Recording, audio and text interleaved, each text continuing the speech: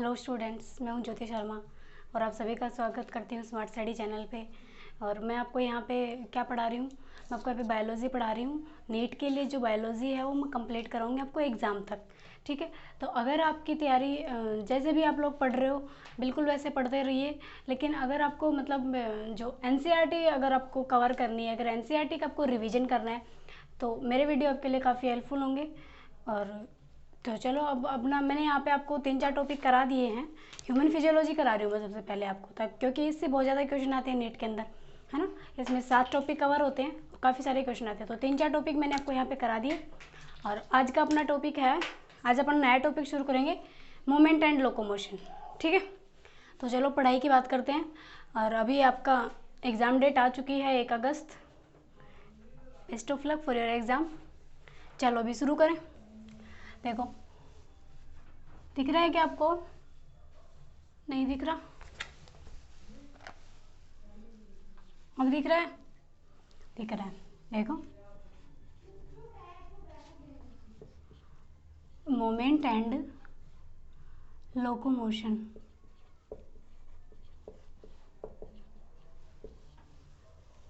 Movement and locomotion. सबसे पहले तो कोई भी टॉपिक शुरू करने से पहले उसके अंदर मैं आपको बताती हूँ कि इसका फंक्शन क्या है, ये काम क्या करता है। जैसे देखो, अपन ने रेस्पिरेटरी सिस्टम पढ़ा, है ना। रेस्पिरेटरी सिस्टम क्या काम करता है? रेस्पिरेटरी सिस्टम का काम है ब्लड को ऑक्सीजन देना, है ना। ऑक्सीजन, ब्लड के लिए ऑक्सीजन प्रोवाइड कराना, ये काम किसका है? रेस्पिरेटरी सिस्टम का। अब वो कैसे प्रोवाइड कराता है ये अपन ने देख लिया, ठीक। फिर उसके बाद मैंने आपको कराया डाइजेशन। डाइजेशन का क्या काम है? ब्लड को ग्लूकोज देना, है ना। वो ग्लूकोज कैसे देता है, कैसे बनता है, क्या क्या होता है, ये सारा मैंने आपको करा दिया। उसके बाद अपन ने शुरू किया था अपना एक्सक्रीशन, सॉरी पहले हार्ट वाला शुरू किया था, ब्लड वाला, है ना। ट्रांसपोर्टेशन, तो ब्लड जो है ग्लूकोज को और ऑक्सीजन को लेके जाता है ना। तो वो ट्रांसपोर्ट कैसे करता है?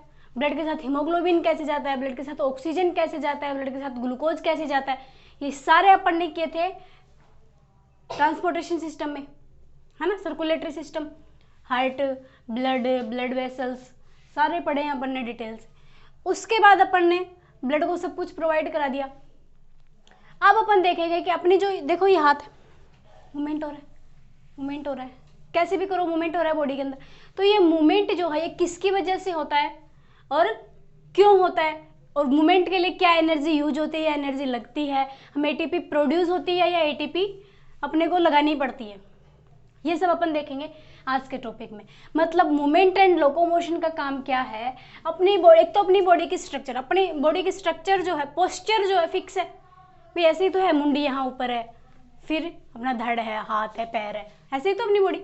तो ये जो प्रॉपर स्ट्रक्चर, प्रॉपर पोस्चर जो बना के रखने का काम है वो किसका है? अपने मूवमेंट एंड लोकोमोशन का है, स्केलेटन सिस्टम का। इसके अंदर अपन मसल्स पढ़ेंगे और स्केलेटन सिस्टम पढ़ेंगे, है ना। हिंदी में बोले तो कंकाल तंत्र, मांसपेशियां और कंकाल तंत्र। तो कंकाल तंत्र का क्या काम है? स्केलेटन सिस्टम का क्या काम है? अपनी बॉडी की शेप बना के रखना, अपनी बॉडी की साइज को फिक्स बना के रखना, जैसी है वैसी बना के रखना, है ना। इसमें कुछ मूवमेंट होते हैं, कुछ लोकोमोशन होते हैं। मूवमेंट एंड लोकोमोशन दोनों अलग अलग है। देखो मूवमेंट क्या है और लोकोमोशन क्या है अभी आपको मैं बताती हूँ। जैसे देखो, मैं यहाँ खड़ी हूँ, मैं यहाँ से चल के ऐसे आपके पास आ गई, तो ये क्या हो गया? मैंने क्या किया? मूवमेंट किया। यहाँ से यहाँ पहुँच गई, वापस यहाँ आ गई, मतलब मैं जहाँ खड़ी थी वो जगह चेंज करके मैं दूसरी जगह पे पहुँच गई, है ना। तो ये अपना क्या हो गया? मूवमेंट, जिसके अंदर जगह चेंज हो जाए, चेंज द स्पेस, है ना। जगह चेंज हो, पहले मैं यहाँ खड़ी थी, फिर मैं वहाँ खड़ी हो गई, थोड़ी देर बाद में मैं वहाँ खड़ी हो गई, तो मैंने क्या किया है? मूवमेंट हुआ है, नहीं लोकोमोशन हुआ है, सॉरी ये क्या हुआ है? लोकोमोशन हुआ है। मैं चल के यहाँ से यहाँ गई हूँ, मैंने जगह चेंज करी है। मूवमेंट तो हुआ ही हुआ है, साथ में क्या हुआ है?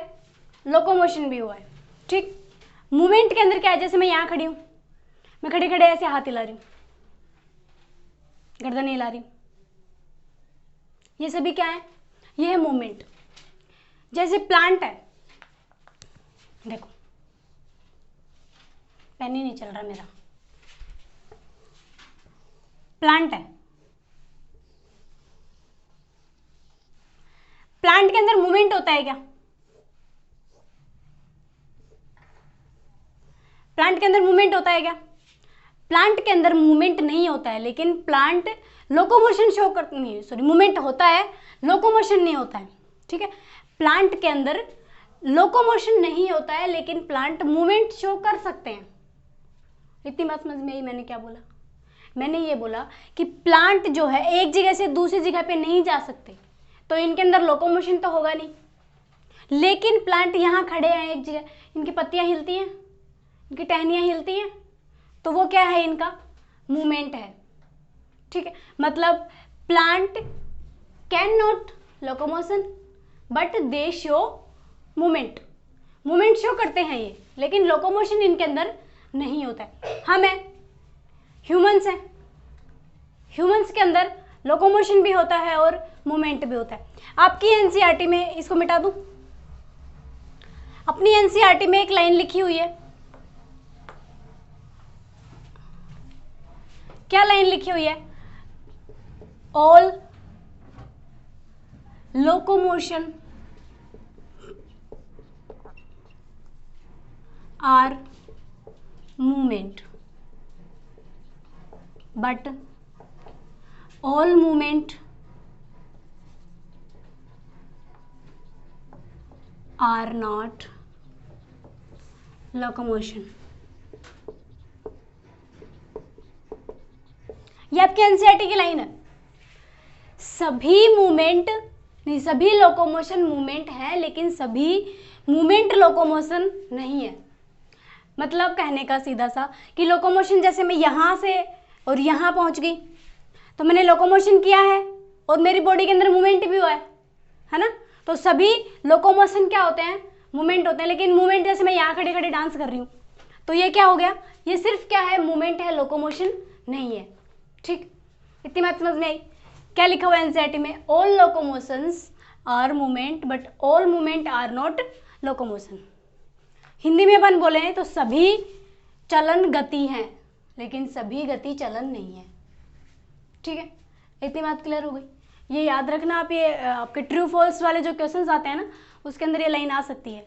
आपके एनसीईआरटी लाइन से उठ के उसमें क्वेश्चन आते हैं और आप उनमें कंफ्यूज हो जाते हो। तो कंफ्यूज नहीं होना है अपने को। अगर अपनी डेफिनेशन क्लियर है, अपने को लोकोमोशन क्या होता है, मूवमेंट क्या होता है, ये डेफिनेशन अगर अपने को क्लियर है, तो अपन आसानी से अपना आंसर सही टिक कर सकते हैं। ठीक है, इतनी बात क्लियर होगी? अब देखो, ये लोकोमोशन और मूवमेंट जो है ये किसकी वजह से होता है? मसल्स की वजह से होता है। किसकी वजह से होता है? मसल्स की वजह से होता है। और मसल कितने टाइप की होती हैं बॉडी के अंदर? Types of muscles.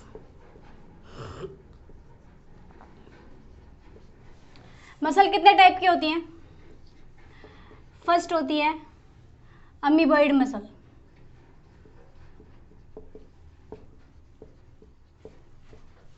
ठीक है। सेकंड कौन सी होती है?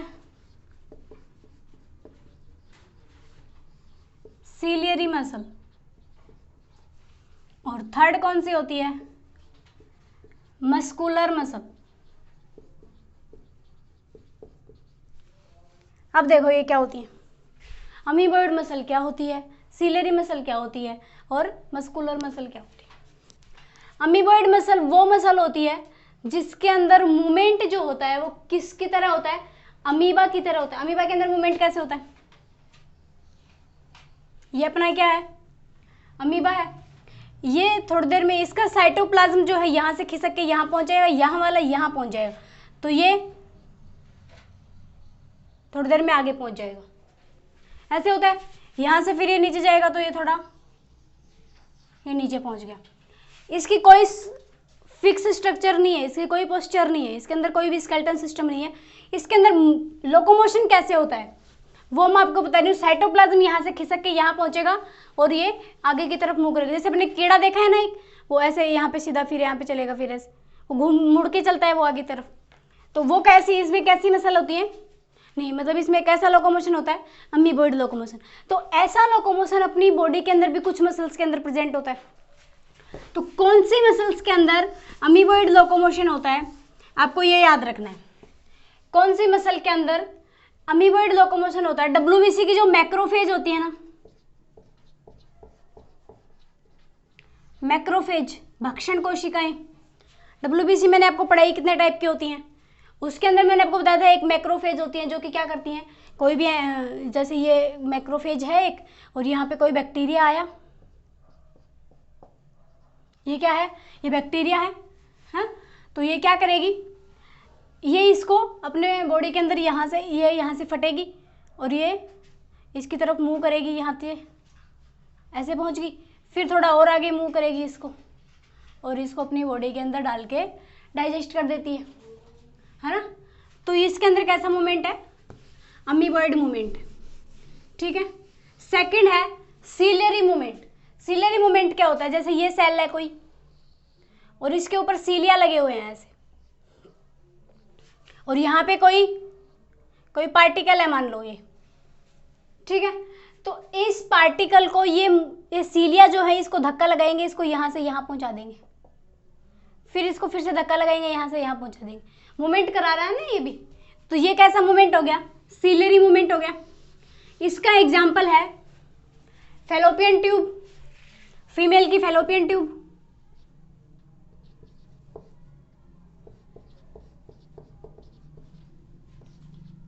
फैलोपियन ट्यूब,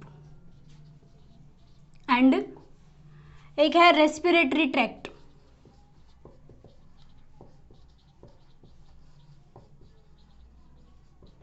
ठीक है। क्या है, एक तो फीमेल की फैलोपियन ट्यूब है जो ओवम को आगे खिसकाते हैं, उसके अंदर सीलिया प्रेजेंट होते हैं और सीलिया उसको धक्का लगाते हैं और ओवम को कहाँ पहुंचाते हैं, आगे की तरफ मूव कराते हैं, ठीक है। अब अगला है मस्कुलर मूवमेंट। मस्कुलर मूवमेंट काफी टाइप का होता है, जैसे जो मसल्स के बेस पे होता है, जो बॉडी के अंदर जितनी भी मसल होती हैं वो अलग अलग टाइप की मूवमेंट्स शो करती हैं, तो वो किसके अंदर आएगा, मस्कुलर मूवमेंट के अंदर आएगा। तो मस्कुलर मूवमेंट के अंदर कौन कौन सी होती है, जैसे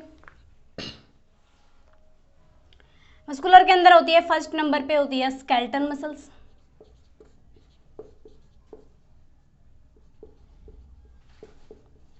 ठीक है, फर्स्ट स्केलेटन मसल्स होती है, सेकंड होती है विसरल मसल्स,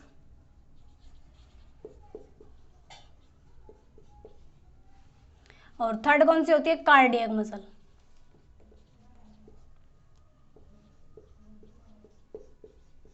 इन सब के बारे में मैंने थोड़ा थोड़ा आपको बता रखा है अब अपन इनको पढ़ेंगे डिटेल्स, ठीक है। स्केलेटन मसल्स कौन सी हैं, जो कि अपनी बोन्स से जुड़ी हुई हैं, जो किसमें हेल्प करती है, अपने लोकोमोशन में हेल्प करती हैं, ठीक है। विसरल मसल्स कौन सी हैं, जो अपने विसरल ऑर्गन के ऊपर है, जैसे पेरिटल्सिस हो रही है, एब्डोमेन के अंदर मसल्स हैं, एब्डोमिनल मसल्स हैं, वो सारी क्या है, अपनी विसरल मसल्स हैं। कार्डियक मसल आप सभी को पता है कहाँ प्रेजेंट होती है, अपने हार्ट में प्रेजेंट होती है, ठीक है। एक स्पेसिफिक टाइप की मसल होती है जो सिर्फ अपने हार्ट में पाई जाती है, वो कौन सी मसल है, कार्डियक मसल। देखो स्केलेटन मसल्स कैसी होंगी, वॉलेंट्री होंगी, नहीं होंगी,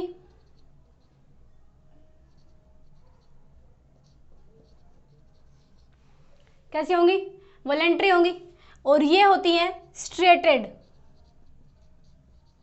स्ट्रेटेड का मतलब क्या होता है, जैसे ये मसल है, ठीक है, ये अपनी कोई बॉडी की मसल है, इसमें यहाँ बाइंडिंग है गहरी, फिर हल्का बैंड, फिर एक गहरा बैंड, फिर एक हल्का बैंड, फिर एक गहरा, इसे स्ट्रेटेड लाइनिंग बनी होती है, स्ट्रेटेड मतलब लाइन बनी हुई है एक तरह से, तो उसको बोलेंगे अपन स्ट्रेटेड मसल्स, ठीक है। और कैसी होती है, वॉलेंट्री होती है, और कहाँ प्रेजेंट होती है, present at bones, help in locomotion,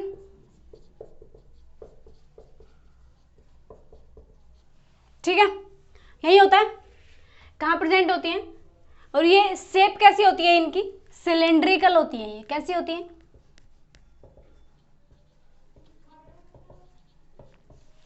cylindrical होती है, ठीक है, कैसी होती हैं, सिलेंड्रिकल होती है। और इनकी एक बात और नोट करो, इनकी कोई ब्रांच नहीं होती है, अनब्रांच्ड होती है ये, तो इनकी स्ट्रक्चर कुछ ऐसी होती है।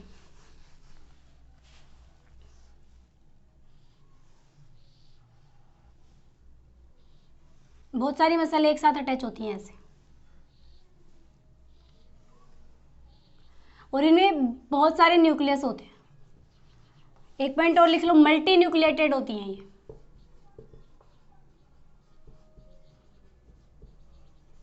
ठीक है, कैसी होती है? मल्टी न्यूक्लिएटेड होती है, बहुत सारे इसमें न्यूक्लियस प्रेजेंट होते हैं।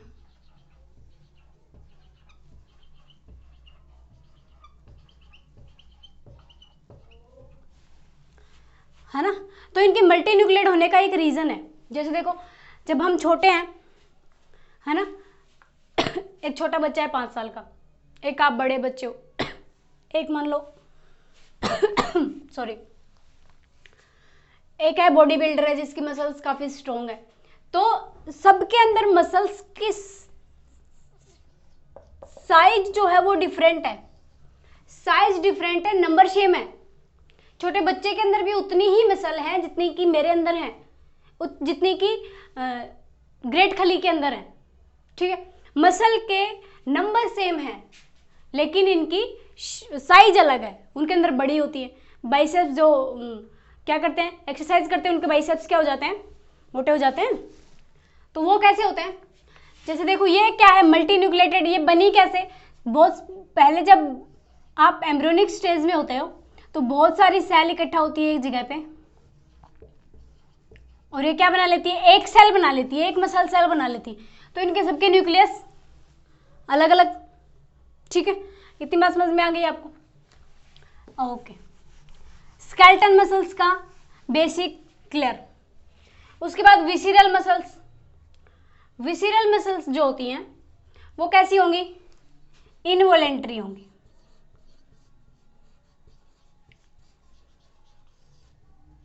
अपनी एलिमेंट्री कैनल के अंदर पेरिस्टालसिस हो रही है, आप कंट्रोल कर सकते हो क्या उसको? नहीं कर सकते। तो वो कैसी है? इनवॉलेंट्री है। इनकी शेप होती है जैसे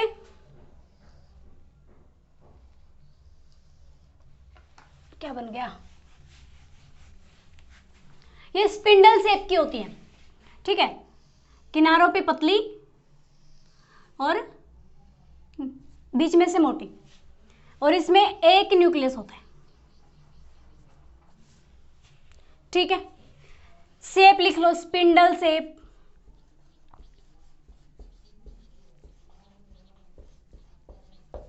और यूनिन्यूक्लिएटेड।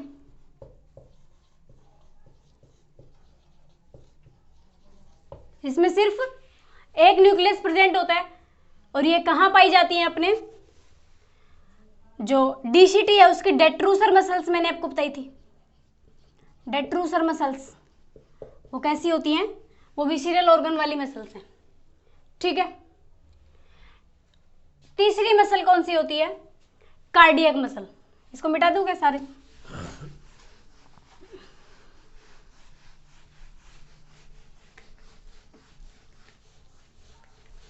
तीसरी muscle cardiac muscle, present in heart, और कैसी होती हैं? इनवॉलेंट्री होती हैं, स्ट्रेटेड होती हैं, ब्रांच्ड होती हैं।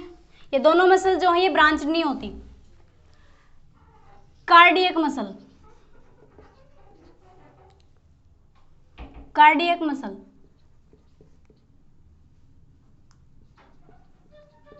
ठीक है, कार्डियक मसल जो होती हैं वो भी कैसी होती है? सिलेंड्रिकल होती है। एक बात, सिलेंड्रिकल ब्रांच्ड।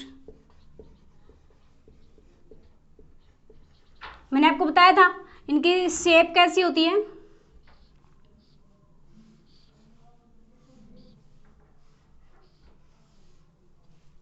दूसरी यहां होती है,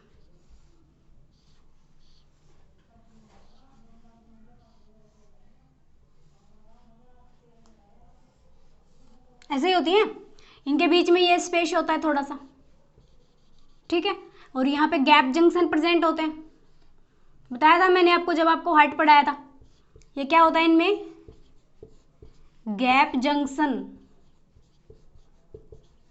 जो कि क्या करता है, यहाँ का साइटोप्लाज्म यहाँ आ जाता है, यहाँ का साइटोप्लाज्म यहाँ मूव कर सकता है। ब्रांच्ड हो गई, स्ट्रेटेड होती है। स्ट्रेटेड मतलब इसमें भी वो बैंड, हल्के गहरे बैंड स्लाइटली प्रेजेंट होते हैं। बहुत गहरे बैंड भी बहुत क्या होते हैं? हल्के होते हैं। ठीक है, ऐसी होती है। इतनी बात समझ में आई? बिल्कुल ब्रांच्ड हो गई। यूनिन्यूक्लिएटेड होती है, इनमें सिर्फ एक ही न्यूक्लियस प्रेजेंट होता है। मान लो ये इनका न्यूक्लियस है, ये इसका न्यूक्लियस है। कैसी होती हैं? यूनिन्यूक्लिएटेड होती हैं। कैसी होती हैं? यूनिन्यूक्लिएटेड होती हैं। अब ये जो इंटरकलेटेड डिस्क है ना, इसका नाम है इंटरकलेटेड डिस्क। जो दोनों मसल के बीच में इंटरकैलेटेड डिस्क, ठीक है, इंटरकैलेटेड डिस्क प्रेजेंट होता है, गैप जंक्शन प्रेजेंट होता है, और यहाँ पे एक स्ट्रॉन्ग मसल और बनी होती है यहाँ पे इनके बीच में, जैसे कि ब्लैक कलर से बना लो। ये ब्लैक वाली एक स्ट्रॉन्ग मसल जो और होती है, जो क्या करती है, देखो हार्ट की मसल्स जो है इनमें काफ़ी स्ट्रॉन्ग कंट्रैक्शन रिलैक्सेशन होते हैं, तो इसलिए मसल इसमें कॉन्ट्रैक्शन हुआ और मसल रिलैक्शन हुआ तो मसल दोनों मसल अलग हो गई, टूट के गिर गई, ऐसा नहीं होता ना। तो इसको दोनों मसल्स को होल्ड करने के लिए कुछ डेस्मोसोम प्रेजेंट होते हैं इसमें। क्या प्रेजेंट होते हैं? डेस्मोसोम टू होल्ड मसल्स को पकड़े रखने के लिए क्या प्रेजेंट होते हैं इसमें? डेस्मोसोम प्रेजेंट होते हैं। गैप जंक्शन प्रेजेंट होते हैं, जो कि क्या करते हैं, उसके साइटोप्लाज्म को कनेक्ट करते हैं एक दूसरे से, ठीक है। इतनी बात समझ में आई। अब देखो फंक्शन ऑफ मसल्स, मसल के क्या फंक्शन है?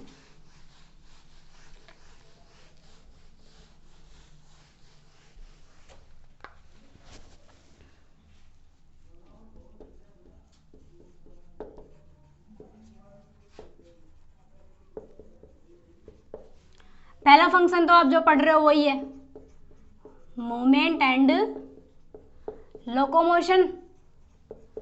एक ही फंक्शन है क्या? और कोई फंक्शन है? Movement and locomotion of body, ठीक है, एक फंक्शन हो गया। सेकंड क्या फंक्शन है? जैसे देखो काफी तेज सर्दी होती है, तो तेज सर्दी के अंदर अपनी बॉडी क्या करती है? शिवरिंग करने लगती है। तो शिवरिंग करने की वजह क्या है? क्योंकि जब भी मसल के अंदर कॉन्ट्रैक्शन रिलैक्सेशन होता है तो एटीपी यूज होती है। एटीपी यूज होती है तो हीट प्रोड्यूस होती है। जब भी हम एटीपी यूज करते हैं तो क्या होता है?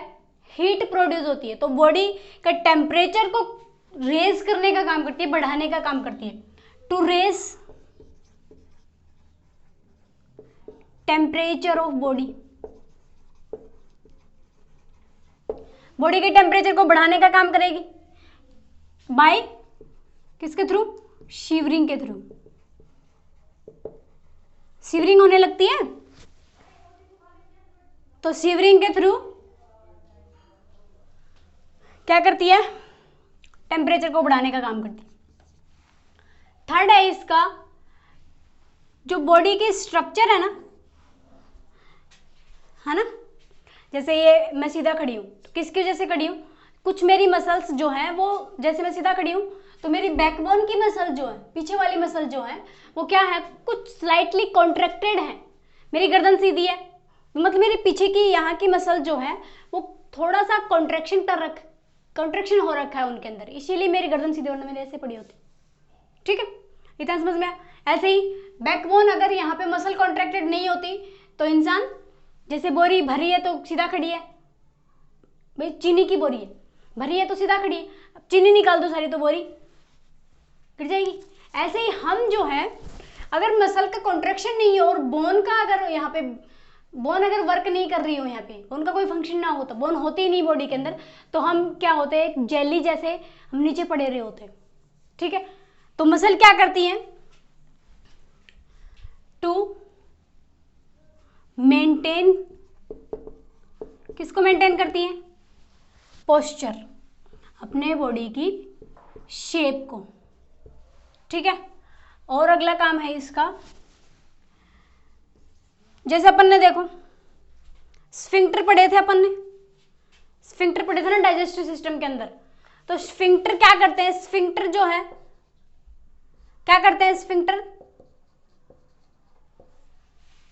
स्फिंक्टर बैक फ्लो को रोकते हैं। किसका बैक फ्लो? भाई डाइजेस्टिव सिस्टम के अंदर प्रेजेंट थे इंटेस्टाइन और स्टमक के बीच में, तो स्टमक का फूड डाइजेशन उसका इंटेस्टाइन का फूड वापस स्टमक में नहीं चला जाए तो उसके लिए कौन काम कर रहा था? स्फिंक्टर काम कर रहे थे। और स्फिंक्टर किसके बने होते हैं? मसल्स के बने होते हैं। ठीक है, तो ये क्या करता है? To hold and store, to hold and store things with the help of sphincter।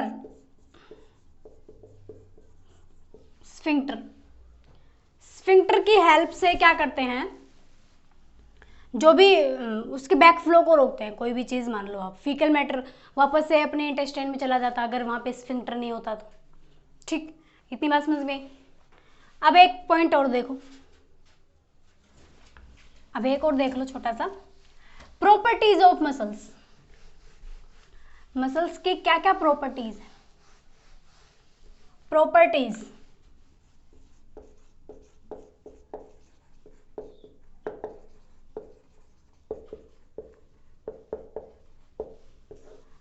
First इसकी प्रॉपर्टी है एक्साइटेबिलिटी।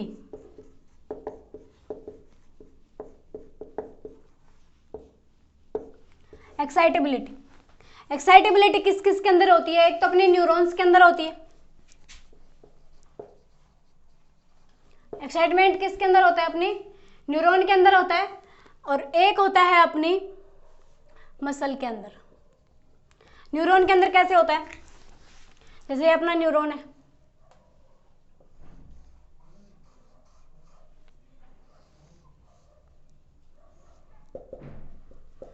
यहां से मान लो कि ये न्यूरॉन है अपनी स्किन के नीचे पड़ा हुआ है। ठीक है, तो स्किन के नीचे न्यूरॉन पड़ा हुआ है, तो स्किन के ऊपर मान लो यहाँ पे आके कॉकरोच बैठ गया।